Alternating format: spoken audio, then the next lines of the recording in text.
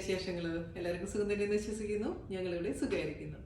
അപ്പോൾ ഞാനിന്ന് വന്നിരിക്കുന്നത് വളരെ എളുപ്പത്തിലൊരു കറിയായിട്ടാണ്. അതായത് ദാൽ പാലക്കാണ്. ദാൽ പാലക്ക് എന്ന് പറഞ്ഞാൽ വേറെ ഒന്നുമല്ല, നമ്മുടെ പരിപ്പും ചീരയും. ചീരയ്ക്ക് പരമായിട്ട് പാലക്ക് ഇട്ടുമെന്ന് മാത്രമേ ഉള്ളൂ. അപ്പൊ ഞാനിന്ന് ഇവിടെ ചെയ്തിരിക്കുന്നത് നോർത്ത് ഇന്ത്യൻ രീതിയിലാണ്. പക്ഷെ ചെറിയ ചെറിയ മാറ്റങ്ങളോട് കൂടി നമുക്ക് നമ്മുടെ നാടൻ രീതിയിലും ചെയ്യാം. അത് വീഡിയോയിൽ ഞാൻ പറഞ്ഞു തന്നിട്ടുണ്ട്.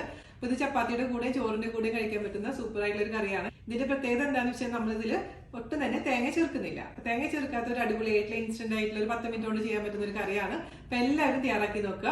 അപ്പോൾ നമുക്ക് ഒട്ടും താമസിച്ചാൽ നമുക്ക് എങ്ങനെയാണ് വളരെ രുചികരമായിട്ടുള്ള ദാൽ പാലക്ക് തയ്യാറാക്കാം എന്ന് നോക്കിയിട്ട് വരാം. ഓക്കെ, അപ്പൊ നമുക്ക് വളരെ എളുപ്പത്തിൽ എങ്ങനെയാണ് ദാൽ പാലക്ക് തയ്യാറാക്കാമെന്ന് നോക്കാം. ദാൽ പാലക്ക് എന്ന് പറഞ്ഞാൽ പരിപ്പും ചീരയും. ചീര ഞാനിപ്പോൾ ഉപയോഗിക്കുന്നത് പാലക്കാന്ന് മാത്രം.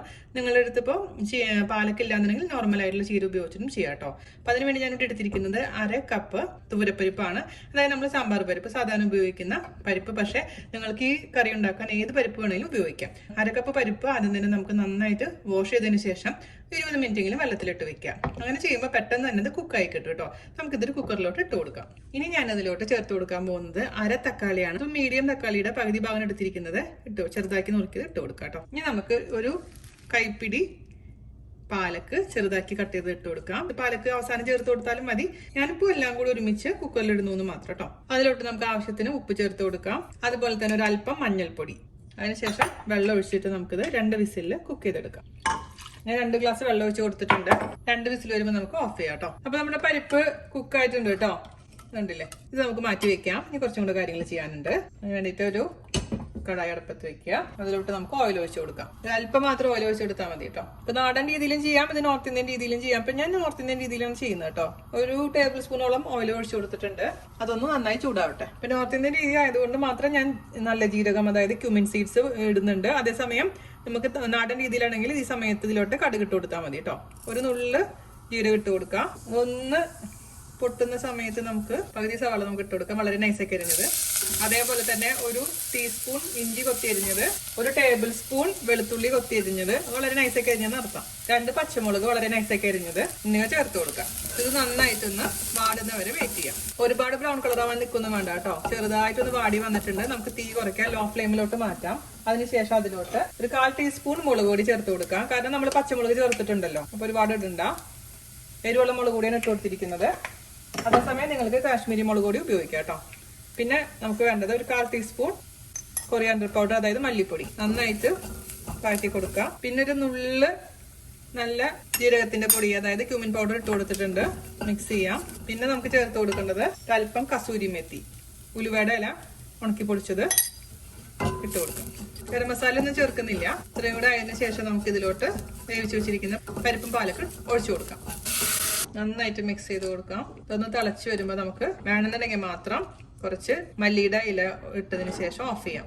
പക്ഷെ ഞാൻ ഇതിൽ മല്ലിയുടെ ഇല ഇടുന്നില്ല, കാരണം ഇതിൽ ഓൾറെഡി ഇല ഉണ്ടല്ലോ. പാലക്കുള്ളപ്പോൾ പിന്നെ മല്ലിയുടെ ഇല ആവശ്യമൊന്നും തോന്നില്ല. നിങ്ങൾക്ക് ഇടണമെങ്കിൽ വേണമെന്നുണ്ടെങ്കിൽ ഇടാം കേട്ടോ. ഇനി ഇതിലേക്ക് അവസാനമായിട്ട് ഒരു അല്പം കായത്തിന്റെ പൊടി ചേർത്ത് കൊടുക്കാം. ഒരു നുള്ള് മിക്സ് ചെയ്യാം. നന്നായി ഒന്ന് തിളക്കട്ടെ. ഈസി പീസി കറിയാണ്, അതേസമയം വളരെ ടേസ്റ്റിയാണ് കേട്ടോ. നമ്മുടെ ചപ്പാത്തിയുടെ കൂടെയൊക്കെ, ഈവൻ ചോറിന്റെ കൂടെ നല്ലതാണ്. നന്നായി തിളക്കുന്നുണ്ട്. പിന്നെ പാലക്ക് അല്ലെങ്കിൽ ചീരയൊക്കെ ഇടുമ്പോൾ ഒരുപാട് ഇടരുത് കേട്ടോ. നമ്മൾ ഒരുപാട് ഇട്ട് കഴിഞ്ഞാൽ ചീരയുടെ ഒരു ചെറിയൊരു കയ്പ്പ് രസം പോലെ തോന്നും. അതുകൊണ്ട് പരിപ്പിൽ നമ്മൾ ചീരയൊക്കെ ഒരു കൈപ്പിടി അല്ലെങ്കിൽ കൈപ്പിടി വേണമെന്നില്ല, അത്രയും കുറവ് ഇട്ടാൽ മതി. അപ്പോഴാണ് ഒരു നല്ല രുചി കിട്ടുക കേട്ടോ. നന്നായി തിളക്കുന്നുണ്ട്. രുചി നോക്കിയിട്ട് എന്തെങ്കിലും ഉപ്പൊക്കെ കുറവുണ്ടെങ്കിൽ ആഡ് ചെയ്യാൻ മറക്കരുത്. നന്നായി തിളച്ചു കേട്ടോ. ഓഫ് ചെയ്തിട്ടുണ്ട്. പിന്നെ ഈ കൺസിസ്റ്റൻസിയിൽ നിങ്ങൾ ഓഫ് ചെയ്യണം, കാരണം ഇത് തണുക്കുമ്പോൾ ഇതിന്റെ കൺസിസ്റ്റൻസി ഭയങ്കര തിക്കായിട്ട് മാറും. അതുകൊണ്ട് അത് എപ്പോഴും ശ്രദ്ധിക്കണം. ഞാൻ ടേസ്റ്റ് നോക്കിയപ്പോൾ ഉപ്പെല്ലാം പെർഫെക്റ്റ് ആണ്. ഞാൻ അവസാനമായിട്ട് കുറച്ചും കൂടെ കസൂരി മേത്തി മാത്രം ചേർത്ത് കൊടുക്കുന്നുണ്ട്. പിന്നെ ജീരകത്തിന്റെ വാസന കുറവ് പോലെ തോന്നുന്നുണ്ടെങ്കിൽ ജീരകം ചേർത്ത് കൊടുക്കുക കേട്ടോ. ഫൈനലായിട്ട് ഞാനൊന്ന് രുചി നോക്കട്ടെ. എനിക്ക് പുളിയുടെ ഒരു അല്പം കുറവ് പോലെ തോന്നുന്നുണ്ട്. അപ്പൊ ഞാൻ എന്താ ചെയ്യാൻ പോണെന്ന് അറിയാമോ? നമ്മുടെ ആംചൂർ പൗഡർ എന്റെ അടുത്ത് അല്പം ഉണ്ട്. ആംചൂർ പൗഡർ എന്ന് വെച്ചാൽ ഡ്രൈ മാംഗോ പൗഡർ, മാങ്ങ ഉണക്കി പൊടിച്ചതാണ്. അത് ഇട്ട് കൊടുക്കുന്നുണ്ട്. പക്ഷെ അത് നോക്കിയിട്ട് വേണമെങ്കിൽ മാത്രം മതി, അല്ലെങ്കിൽ തക്കാളി മുറിച്ചിട്ട് കൊടുത്താലും മതി കേട്ടോ. ഒരു അല്പം കുറവ് പോലെ തോന്നി, അതുകൊണ്ട് മാത്രം ആഡ് ചെയ്തതാണ്. പിന്നെ ഒരു പഞ്ചിന് വേണ്ടിയിട്ട് വേണമെങ്കിൽ നമുക്ക് ഒരു പച്ചമുളക് നെടുകെ കീറിയങ്ങ് ഇട്ട് കൊടുക്കാം. ഇത്രയുള്ള പരിപാടി. സൂപ്പർ ടേസ്റ്റി ആയിട്ടുള്ള ഈസി ആയിട്ടുള്ള ദാൽ പാലക്ക്, അതായത് പരിപ്പും ചീരയും റെഡി ആയിട്ടുണ്ട്. തേങ്ങ ചേർക്കാത്ത പരിപ്പും ചീരയും എല്ലാവരും തയ്യാറാക്കി നോക്കുക. അപ്പോൾ ഇഷ്ടമായിട്ടുണ്ടെങ്കിൽ മാക്സിമം ഷെയർ ചെയ്യുക, നമ്മളൊന്ന് സപ്പോർട്ട് ചെയ്യുക. അപ്പോൾ അടുത്ത അടിപൊളിയായിട്ടുള്ള റെസിപ്പി ആയിട്ട് വരുന്നവരെ നന്ദി, നമസ്കാരം, താങ്ക് യു. പിന്നെ വേറൊരു കാര്യം, ഇതിന് കുറച്ചും കൂടെ സ്വാദ് കൂട്ടണമെന്നുണ്ടെങ്കിൽ ബട്ടറിൽ ഉണ്ടാക്കാം കേട്ടോ. ബട്ടറിൽ ഉണ്ടാക്കണമെങ്കിൽ ഇതിനേക്കാളും സ്വാദായിരിക്കും. അപ്പോൾ അല്ലെന്ന് വെച്ചാൽ അവസാനം ഒരല്പം ബട്ടർ ഇതിലേക്ക് ഇട്ട് കൊടുത്താലും മതി കേട്ടോ. ആ പോയിന്റ് ഒന്ന് പറയാൻ മറന്നുപോയി, അതുകൊണ്ട് ജസ്റ്റ് പറഞ്ഞു മാത്രമേ.